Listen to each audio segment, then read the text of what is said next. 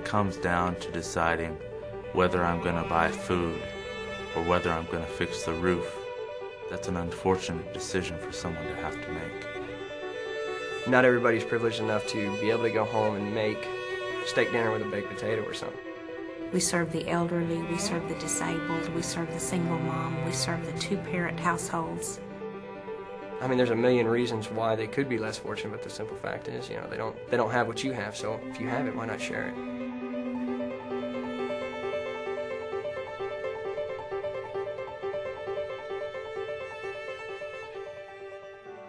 We deal with the working poor primarily, and we're trying to upgrade their skills. We're trying to help them physically, financially, emotionally, spiritually. We're really sort of a one-stop shop. We have the largest food pantry in North Texas. We have medical clinics, dental clinics, eye clinic, chiropractic clinic. We have a housing restoration program where we restore 50 houses a year. We're serving 15,000 poor a year, and we're meeting a need that many other organizations can't meet. Since 1999, we've almost doubled the amount of people that we've been seeing that needed assistance. Louisville's a fairly affluent community, and the rent range reflects that. It's very difficult for someone making $7 an hour to pay $800 a month for rent or mortgage. Most middle-class people don't realize that this neighborhood's over here. They don't realize that there are desperately poor in Louisville. This is the house of a mentally ill man. He can't afford any other housing than what you see here, and it's not unusual for a couple of families to be living in a house this size. These mobile homes are old and leaky, and it was stifling the baby of the family. When I went in, his little cheeks were just beet red. We're now servicing over 50 families a year through our housing restoration service. We are doing major repairs. We're replacing roofs. We're fixing foundations. We've got a waiting list of over 100 people that are hopeful and waiting for our call. Yeah, that we've done a lot of work on these houses over here. And so a lot of these houses have CCA's touch. CCA's put a roof on it, and we've painted it several times. We've repaired some termite damage. We've done a lot of work on her house too. I'm not afraid of this neighborhood. They're just nice, hard-working people. Within the last 10 years, the number of families that we serve has increased drastically. So the need for food is obviously growing too.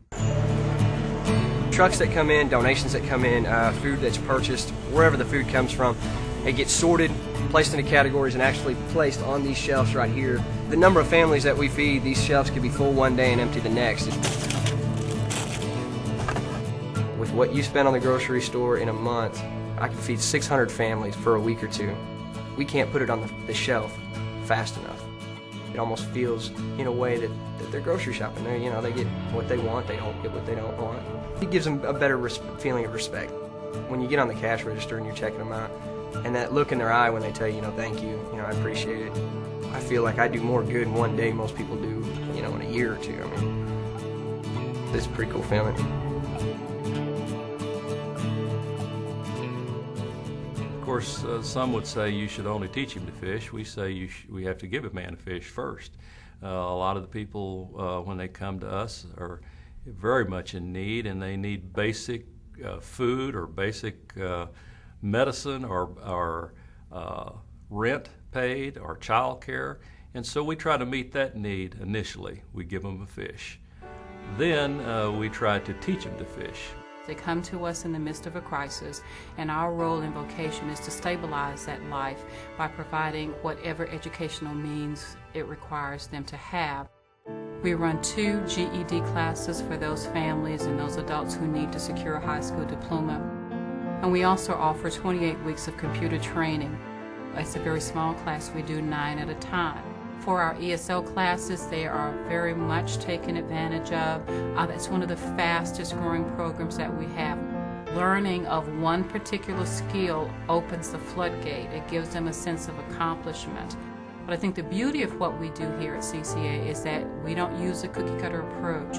It is very individual to the client or the family that is requesting a service. Christy? They come here with just in their mind that they've got to get that utility bill paid. That's the only thing they think they're going to get. But then they get food vouchers, they get a job search program, they get back to school program, they get the toy store program, and just a whole lot of support during that time. And their original thought was just the utility bill. The important part is that we're trying to teach these people, give them skills, life skills, that are going to help them through whatever, comes about in their life in the future. And I can't tell you how great it is when this person leaves your office and says, wow, I really am good. I really can go out and do this. And, it's just as simple as that. Because I don't believe that that there's anyone doing what we're doing and doing a complete job like we're doing. And if this organization was not here, it would be devastating, I think, to the community and especially to those that we serve. I am a medical assistant here at the clinic. I do the vital signs, set appointments, do referrals out to doctors that are assisting us to help the families to get the care that they need. The doctors that come here to volunteer for us, they all have a heart of gold. Well, there are now roughly 90,000 people in Denton County who do not have health insurance. Despite all the different variables in their life, they just cannot afford health care. They want to afford health care. They want it for their families, but they cannot do it. It's kind of like 35 in rush hour sometimes. I mean, sometimes we have like 3 clinics. We can have the medical clinic, the chiropractic clinic, and the eye clinic going all at the same time. And to keep these people straight as far as where they have to go, it can get kind of like a jam. But it's all worth it. We take care of everything from bronchitis and pneumonia to people who have serious problems that would run the medical spectrum. A lot of people that come and that are looking for our service are the ones that have been turned away from other facilities by whatever means it is. And it's to the point where they seem like they have no other alternative. I was one of those people at one time.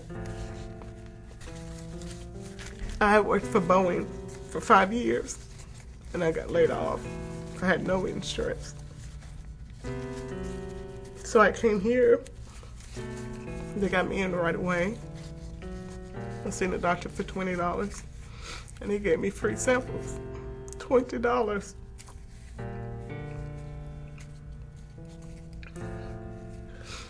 A lot of our people cannot afford $250, or some can't even afford $50 to go and see a doctor. When they can come here, even if they don't have the money, we still would see them. So it's like we can't turn them away. If we turn them away, they have nowhere else to go. Nowhere else to go. You know, the scripture out of Matthew where Jesus says, whatever you did to the least of my brothers, you did to me, I take seriously. And I think that's the same motivation that a lot of people have, is that I'm here to serve Jesus Christ, and I'm here to do it by serving others, because that's what the scripture calls us to do. People say, what can I possibly do? If you run a company, you can help us. You can help us make decisions. You can bring resources in that we can't bring in by ourselves. If you stay at home and you watch your children, you can help us, because you know how to take care of children and how to take care of people. That's what we need. Whatever your company does, whatever they sell. We could fill 1,000 homes if we had the resources. I would like to see dozens of units available. So what we need is a community involvement. Every month somebody be doing something in regards to a food drive, or sponsoring something, or adopting a shelf to fill it every month. The best investment that you can do is the investment in another human being. We do great things for people in this ministry that really restore their lives, restore hope to their lives. Everything we do here is a great need for it, because there's so many people that are out there that are losing their jobs, have nowhere to go, nowhere to turn to. And without us, I don't really see them making it. I really do not see them making it.